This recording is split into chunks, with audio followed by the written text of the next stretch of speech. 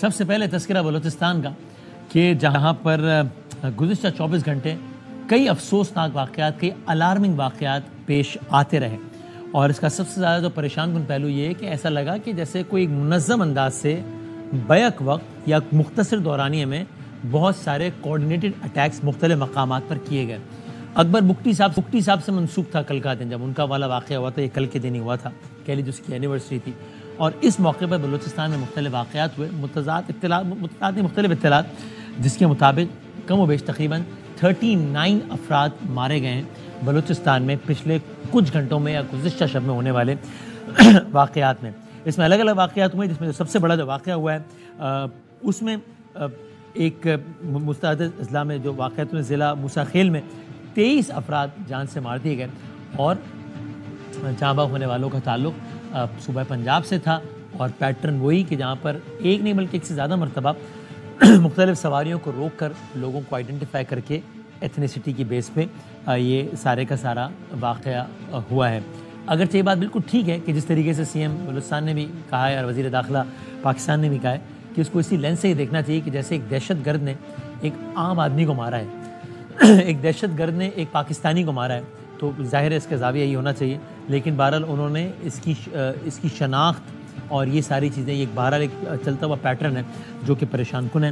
کلعدم عسکری تنظیم Baloch liberation army نے اس کی ذمہ داری قبول کی ہے، اور تو یہ واقعہ ہوا ہے 23 ہلاکتوں والا۔ پھر قلات میں ایک اور واقعہ ہوا ہے، قلات میں 5 سیکیورٹی اہلکاروں سمیت 10 افراد جان سے گئے ہیں، جہاں پر مسلح افراد نے لیویز فورس کے ایک تھانے پر بھی حملہ کیا ہے۔ پھر ایک یہ واقعہ ہوا، پھر اس کے علاوہ قلات سے متصل ضلع مستونگ میں کھٹکوچا کے میں بھی، جس طرح میں نے عرض کیا، لیویز فورس کے تھانے پر حملہ کیا گیا ہے۔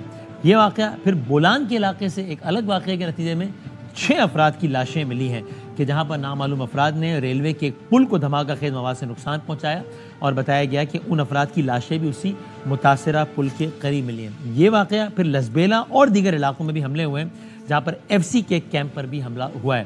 اس کے علاوہ کوئٹہ، مستونگ، سبی، پنجگور، تربت اور بعض دیگر شہروں میں بھی واقعات پیش آئے ہیں۔ اس پہ آف کورس ایک ریاکٹ بھی کیا ہے، اور ISPR نے، افواج پاکستان نے بتایا ہے کہ دہشت گردوں کے خلاف ان کارروائیوں کے بعد آپریشن کیا گیا ہے۔ اس میں 21 دہشت گرد مارے گئے، جبکہ 14 نوجوانوں نے بھی جام شہادت نوش کیا ہے۔ پاکستان کے وزیر داخلہ محسن نقوی نے بہت الفاظ میں آج کے ان واقعات پر یہ تبصرہ کیا ہے۔ باقاعدہ سوچ سمجھ کے ایک ہی دن میں سارے اٹیک کیے ہیں، ہمارے بھی 14 جوان شہید ہوئے ہیں، ہم نے 21 دہشت گرد مارے ہیں۔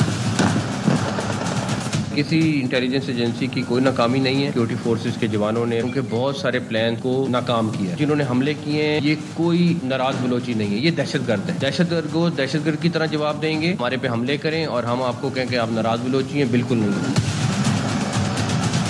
بہت سارے بیرونی عناصر موجود ہیں، خواہش ہے کہ بلوچستان کو ڈی اسٹیبلائز کرنا ہے، ان سب کو بے نقاب بھی کریں گے۔ دہشت گردی ہو رہی ہے، تحریک طالبان پاکستان انوالو ہے، جو کل والی ہے، اس میں کچھ اور قوتیں بھی انوالو ہیں۔ جو لوگ اس ٹائم ہم نے چھوڑے تھے وہی آج کل ہماری اوپر دہشت گردی کر رہے ہیں۔ بلوچستان کے وزیر اعلیٰ، جو کہ اس سے پہلے وزیر داخلہ بھی رہے، سرفراز بگٹی، انہوں نے بھی ان واقعات پر یہ کامنٹ کیا ہے۔ کسی بلوچ نے کسی پنجابی کو نہیں مارا، دہشت گردوں نے پاکستانی شہید کیا۔ آدھے گھنٹے کے لیے آپ سڑک پہ آتے ہیں، ان کو اتار کے مار کے اور پھر ہیرو بننے کی کوشش کرتے ہیں۔ اتنی ہی دلیری ہے، جوان مردی ہے تو رک جائے نا۔ جتنے بھی شہدا ہیں ان کا بدلہ لیا جائے گا، اسی انداز میں اس کا جواب دیا جائے گا۔ بندوق کے ذریعے آپ بلوچستان کو توڑنا چاہتے ہیں، خام خیالی ہے، اگلے 1000 سال تک نہیں ہونے والا۔ جو BLA کے سمپتائزرز بنتے ہیں ان کے ورثاء کا جواب وہ سمپتائزرز دے سکتے ہیں، فیسیلیٹیٹرز کو، ان کے سمپتائزرز کو کیفے کردار تک پہنچا کے دم۔ جوڈیشری سے اس طرح کی وائسز آتی ہے، فلانا چیک پوسٹ ختم کریں۔ کیوں ختم کریں؟ یہ ہمارا لیجٹیمیٹ رائٹ ہے، چیک پوسٹ بنائیں گے جہاں ہمیں ضرورت محسوس ہو۔ ریاست کو مجبور کیا جا رہا ہے کہ سوات کے لوگوں کی طرح ایک بڑی مائیگریشن ہو، نہ ریاست کو مجبور کیا۔ یہ سارے محرکات یہ بتا رہے ہیں کہ بلوچستان کے حالات توجہ طلب ہیں، اور اس کے جو محرکات ہیں جو کہ عام طور پر اتنا نیشنل ڈسکورس کا اس انداز سے حصہ نہیں بنتے، اس پہ بات کرنے کی ضرورت ہے کہ محرکات کیا ہیں، عوامل کیا ہیں، مضمرات کیا ہیں، اور اس کے نتائج کیا ہو سکتے ہیں۔ اس پر انشاءاللہ آنے والے پروگرام میں بھی بات کرتے رہیں گے۔ موونگ آن، اپنی اگلی اسٹوری کی طرف آتے ہیں تو وہاں پر آج ایک بار پھر بانی پاکستان تحریک انصاف یعنی کہ عمران خان صاحب نے آج پھر جو جیل سے جو بیانات آئے وہ بڑی سخت نوعیت کے ہیں. وہ اسی نوعیت کے ہیں جو کہ آج سے کچھ دنوں پہلے تک آ رہے تھے کہ جس میں انہوں نے اگر ان کے ساتھ کچھ ہوتا ہے تو اس کا ممکنہ ذمہ دار اگین باقاعدہ پاکستان کی عسکری قیادت کو ٹھہرایا ہے. پچھلے دنوں ہی ہم نے دیکھا تھا کہ جب عمر ایوب صاحب آئے تھے, پھر علیمہ خان صاحبہ آئی تھیں, خان صاحب سے مل کے انہوں نے خان صاحب کو کوٹ کر کے کہا تھا کہ عمران خان صاحب نے سپاہ سالار کو ایک پیغام بھیجا ہے کہ نون لیگ ہمیں آپ کو لڑوانا چاہتی ہے اور ہم یہ کامیابی ہونے دیں گے, سازش اور ہم یقین آپ یہ کامیابی ہونے دیں گے. علیمہ خان صاحب نے کہا تھا کہ خان صاحب نے کہا کہ ہم آپ سے ریکویسٹ کرتے ہیں عاصم منیر صاحب کہ آپ یہ اب سیاست زدہ نہ ہونے دیں فوج کو سارا, یعنی نرم لہجہ تھا. آج ایک بار پھر معاملہ بالکل دوسری انتہا کو چھوتا ہوا ہی نظر آیا ہے.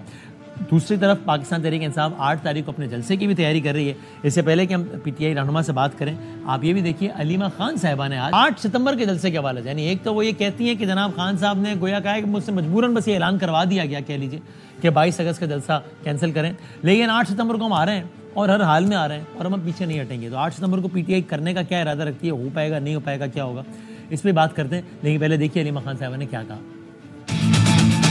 عمران خان کہتے ہیں مجھے مجبور کر دیا تھا کہ میرے نام سے اس کو کینسل کریں, لیکن انہوں نے یہ بھی کہا میں نے ان کو ایک بڑا کلیئر وارننگ دی ہے کہ 8 تاریخ کو جو آپ کہہ رہے ہیں کہ آپ جلسہ کر سکتے ہیں, آپ نے اس قسم کی کوئی حرکت نہیں کرنی, آپ یہ کمٹ کریں. میں نے کہا اب میں یہ کہہ رہا ہوں اپنے لوگوں کو, اگر آپ یہ سنیں کہ عمران خان نے جلسہ منسوخ کر دیا ہے, آپ نے یہ بات بالکل نہیں ماننی.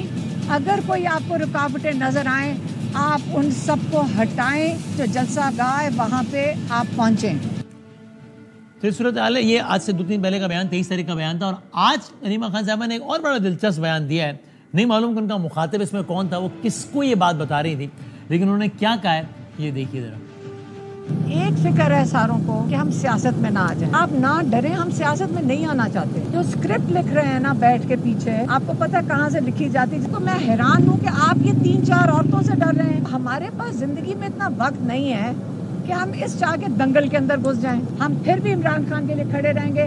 آپ جتنا مرضی تماشا ٹی وی پہ بنا دیں, اندر سے یہ ڈرے ہوئے لوگ پیغام بھیج رہے ہیں, جب جلسہ ختم کرنا ہوتا ہے پاؤں پڑ جاتے ہیں. ہم تو آ رہے ہیں 8 تاریخ کو, ہم نہیں اب رکیں گے.